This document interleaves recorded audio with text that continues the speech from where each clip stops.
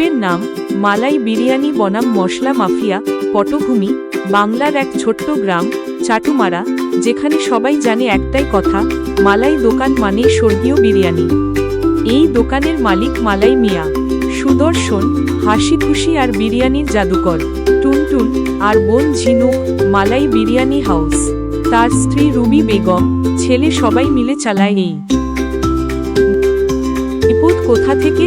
গ্রামের ঠিক সামনেই নতুন এক দোকান খুলেছে, মশলা কিচেন।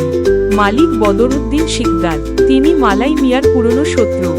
একসময় একসাথে রান্না শিখেছিল, কিন্তু বদরুদ্দিন হিংসুটে ছিল।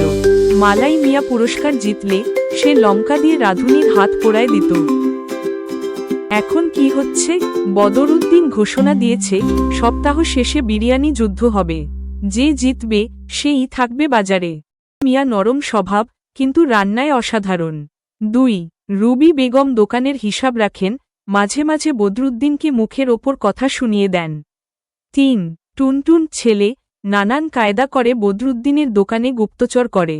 4. ঝিনুক মালাই মিয়ার বোন, খুব চালাক, তার মজার বুদ্ধিতেই সব উল্টে দেয়। 5. বদরুদ্দিন শিকদার মালাই মিয়ার চিরশত্রু, তার বিরিয়ানিতে গন্ধ বেশি, কিন্তু প্রেম কম।